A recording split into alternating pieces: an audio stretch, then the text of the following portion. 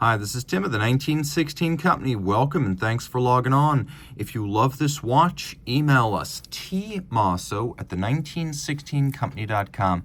It's in the description below. It is your purchase and pricing email question line for buying this or any watch you see on any of our platforms. Please reach out to us directly for pricing. tmosso@the 1916company.com. Today we're discussing a lovely 2021 release, a 100-piece limited edition in grade 5 titanium. This is the Audemars Piguet Royal Oak Offshore self-winding flying tourbillon chronograph, and it is everything the name suggests.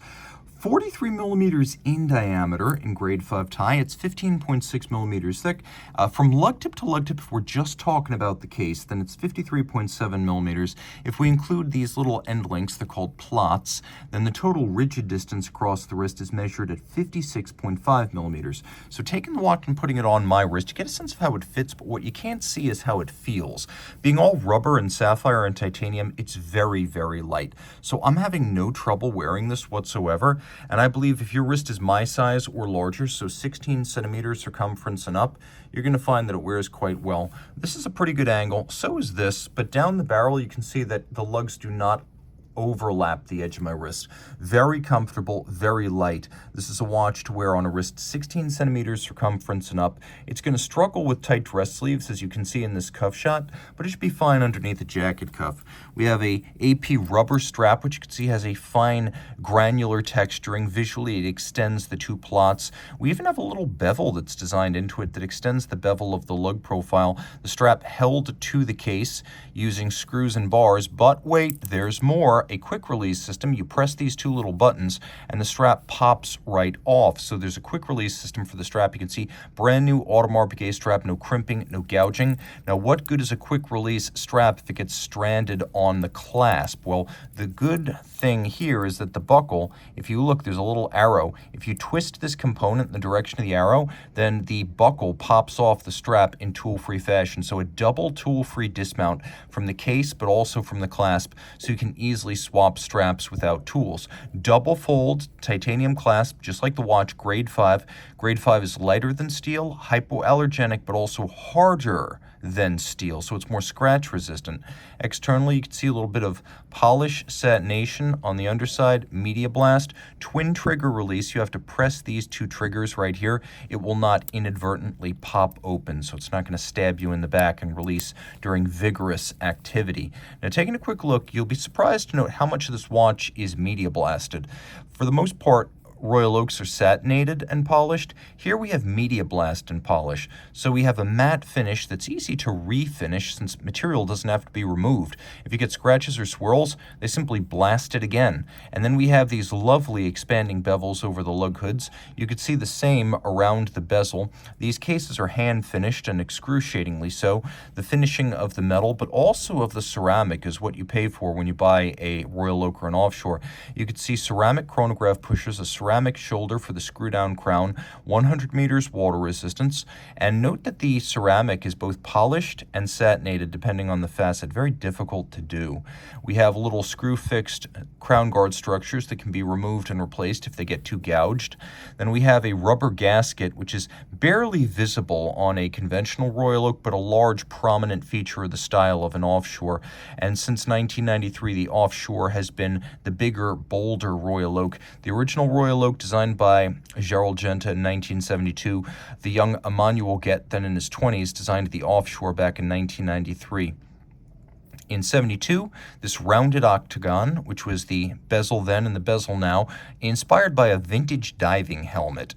And you could see that the watch is rather elaborately decked out with a bezel that isn't symmetrical all the way around. Notice how it thins out down at 6 o'clock and then also at 12 o'clock, and then it expands at 9 o'clock and 3 o'clock. You can also see that there's an unusual camber to the crystal, a little bit like what you see on the Code 1159. See that remarkable refraction pattern? That is a product of the crystal being unconventionally cambered, so that if you look carefully, it will reward close viewing. You can also see that the gasket compresses at 9 o'clock and 3 and then expands at 6 and 12.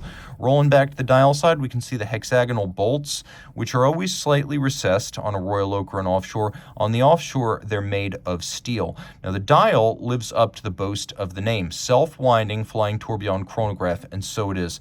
The Flying Tourbillon doubles as the running seconds. It is a 1-minute tourbillon, and it beats away at a stately 3 hertz. All this pivots on 40 joules. The watch includes a free-sprung architecture, and there is an overcoil hairspring, so in any position, the watch will keep consistent time due to the centered mass of the overcoil. Also important is that it is a flying tourbillon with no upper bridge to block your view. That's what it means to be a flying tourbillon. There is no upper bridge to block your visual access to the tourbillon regulator. Now, the free-sprung architecture is useful because with a variable inertia balance, it can take and hold a very precise adjustment and then retain that through shocks and concussion. We'll do a quick loom shot and get a sense of the dial in the dark. You can see only the hands are loomed, so time is going to be an approximation with the lights out. There are all sorts of gills and vents and cutaways, things that are inspired by aviation and motorsports and machines, and this watch is ready for it. There's a chaptering outboard against which chronograph seconds, minutes, and fractions of seconds can be read. Taking a quick look, you can also see we have a 30-minute chrono register. We have a 12-hour register. So this is a robust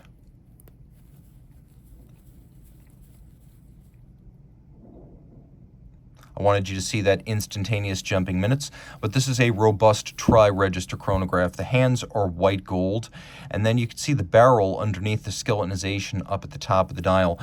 It has an automatic winding chronograph on the reverse side. This is the caliber 2967. You can see it has a relatively large footprint, being 32.6 millimeters. It properly fills up this case. Now, one of the best features here is that it's a flyback chrono, so you can reset and restart without first stopping. That's great for timing events that occur in rapid succession. We're doing this. Might take a little bit more time than you have. So the flyback's great for gauging things that happen rapidly. And then we have a combination here of a column wheel for crisp actuation of the chrono.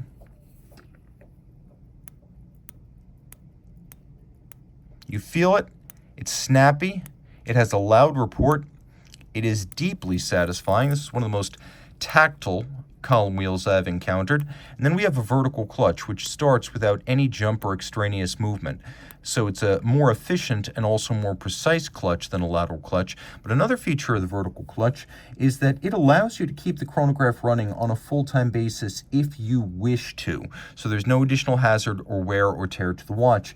And automatic winding, this has a 65-hour power reserve.